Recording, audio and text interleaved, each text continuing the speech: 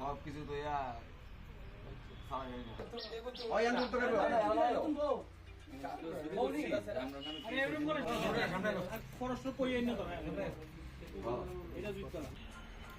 সরকারি বেতন না, আমরা তো সরকারি বেতন দেয় না।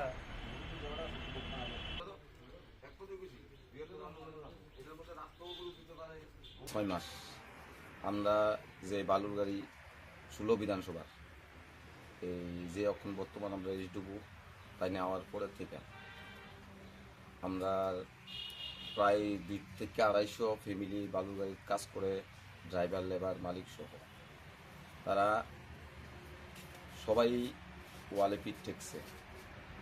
আজকে থেকে প্রায় 2 মাস আগে একবার এইটুকু ডিস্ট্রিক্ট স্যারেরা জানানো হয়েছে, তাই 20 দিনের একটা দিছে, অ্যান্টিবায়োটিক দিয়েছিলাম আমরাও, তাই 20 দিনের মধ্যে সুরাহা করে দিব কইছে।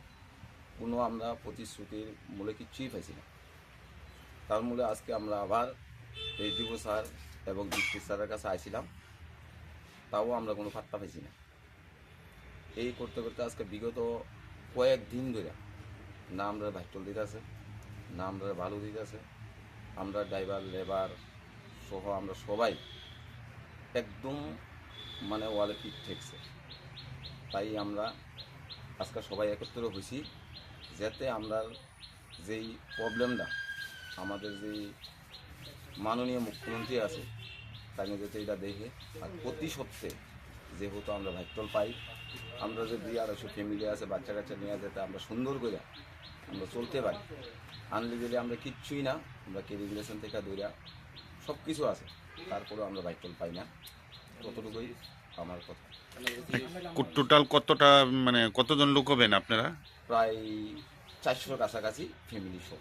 মূল কি কারণে দিচ্ছে না, কি কারণে আপনাদের দিচ্ছে না? তার কাছে গেছি, প্রথমত তারা বলেছে যে ঘাটের কি প্রবলেম আছে। তো ঘাটের প্রবলেম তো আর আমরা দেখতাম না, এটা ফরেস্ট ডিপার্টমেন্টে।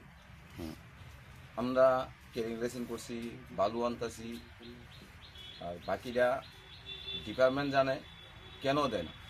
আমরা বৈধ কাগজ আছে, বৈধ সব কিছু আছে। আমরা এমএলএর কাছেও গেছি।